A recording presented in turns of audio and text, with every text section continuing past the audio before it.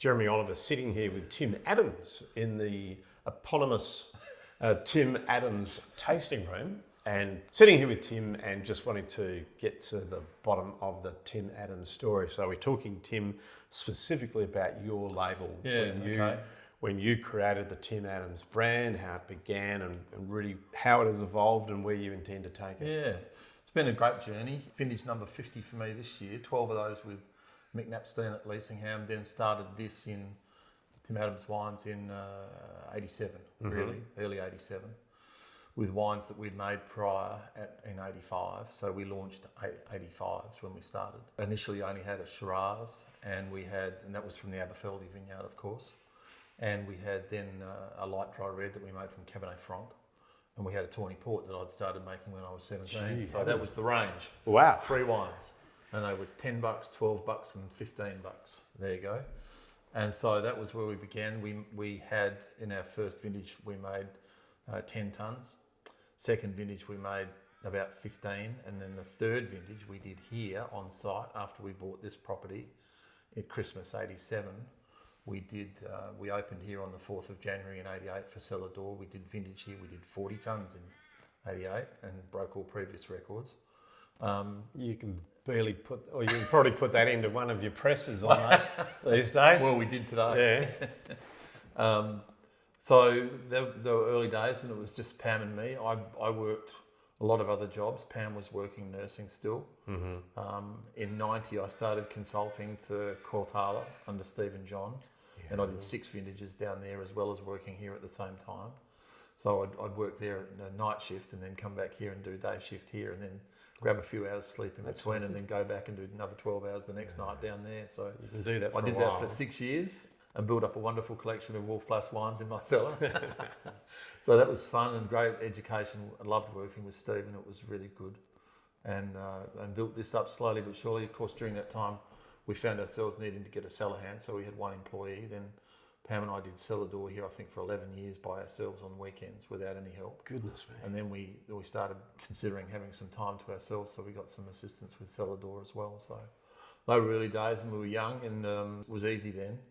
And since we've grown and grown and grown and grown, and then now we've sort of outgrown this site in terms of processing, as we discussed before. But this is still head office and an emotional home for all the staff and for D2C activity and for Cellar Door for Tim Adams. Yep.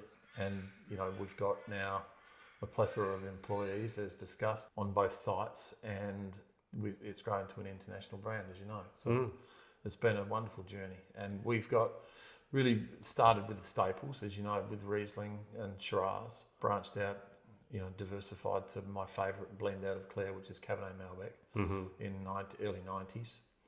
And persist in trying to do the best we can with that. And really, I guess, started diversifying dramatically when we started travelling to Europe and looking at what really does well in Europe and what we thought might do well in Clare, and starting looking left and right instead of straight ahead, and diversifying reds into Tempranillo and whites into Pinot Gris. We've become the biggest producer of Pinot Gris in the district, and probably the biggest in the state, and possibly the biggest in Australia at our price point. And we've got a substantial intake of Pinot Gris locally. Now we're diversifying again into new varieties again, because we just think we need to keep on looking left and right to see what the next great things might be. Yeah. So Fiano and Sangiovese, tried and proven, both of them in Australia, but not tried and proven in Clare. So they've been tried. They haven't been. I don't think the best wines have been made from those varieties yet.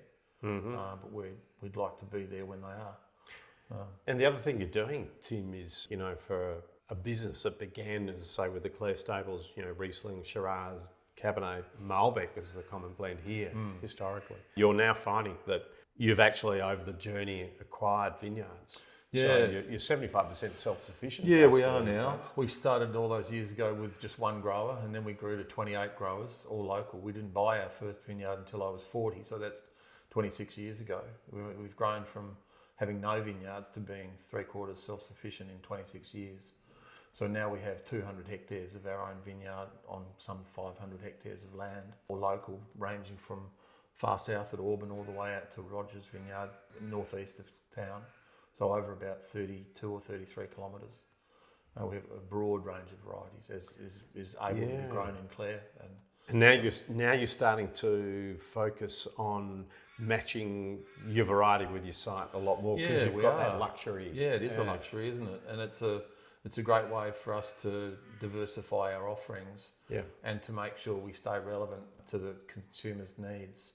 And consumers becoming more sophisticated really want to see, Shiraz from 5 different vineyards or Shiraz from the same vineyard in 5 or 6 different oaks, So diversifying our offering and making sure that we're staying relevant and something we've got relevant cellar door.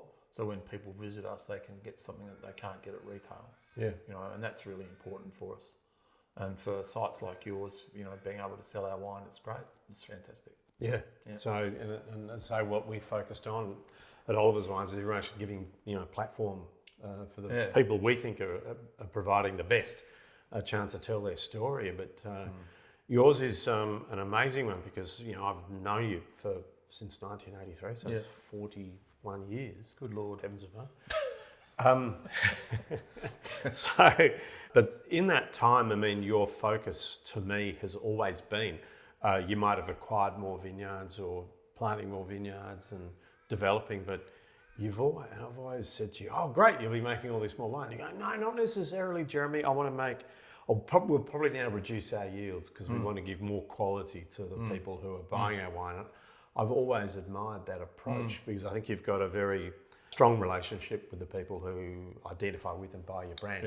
Yeah, I think that's persisted for a long time. We've got people on our mailing list who've been there for 30 or 40 years, and I remember hand addressing the envelopes before there was such a thing as a printer on a computer, and you had a list of people you could press the button and they'd all print off. I remember when we had 500 people on our mailing list, I wrote every envelope by hand, sitting over a stall at night time. Anyway, thank God for the computers in that sense, but we've come a long way. Yeah. But also with that experience must be interesting because now that you've had that, you've been through those, tougher startup times and it means that you're not going to be taking anything for granted. Never have. Now, so it's also, I think, it's, really good grounding for you. And that's, I think, see at the moment, the wine industry in Australia is in a highly publicised oversupply situation. And I'm personally very happy for you that you're able to operate your business without overcharging for your wine. Your wines are underpriced. It is good. And we, Pam and I came from a very modest backgrounds, and we've always had the attitude that, we didn't want to charge people more than what the wine was really worth. And I've never subscribed to the theory that you should just put a price on it because that's what you think you might be able to get for it. The price we've put on the wine is the cost of the wine plus a sensible margin to sustain our employees and to pay our bank bills. So, we don't take too much home anymore because we don't need to. We're here to sustain, what Mr. Mick really started, and that was a lifestyle wine business that supported local community. As evidence, if you look at the local sporting ground, your name's plastered around it. I think you built the fence. Well, I had to build the fence. No one else was going to do it. So we love our cricket, don't we? Oh, hell yeah.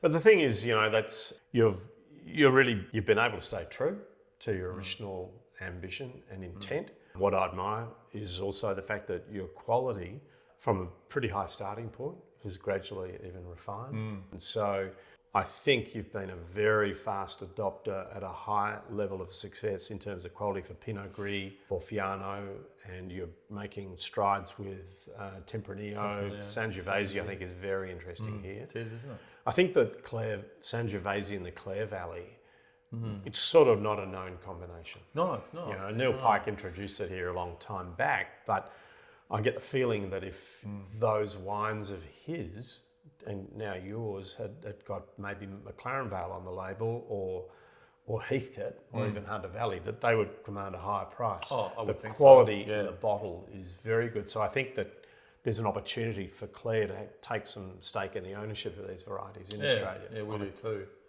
Having spent some time overseas and visited those markets and seen the climate and the soils and talked to winemakers in Tuscany only late last year about diurnal swings, and I remember asking one girl who was the daughter of a winemaker, and she said, we have very large diurnal swings here. And I said, oh, that's interesting.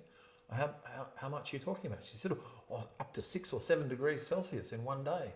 And I said, we've got 20 in Clare. That it really does go a long way to explain the retention of acidity in our varieties. Absolutely, here, that we have such lovely warm summer days and cool nights. And we've just been through a warm week, which was delightful. It was the first warm week we've had for the whole summer.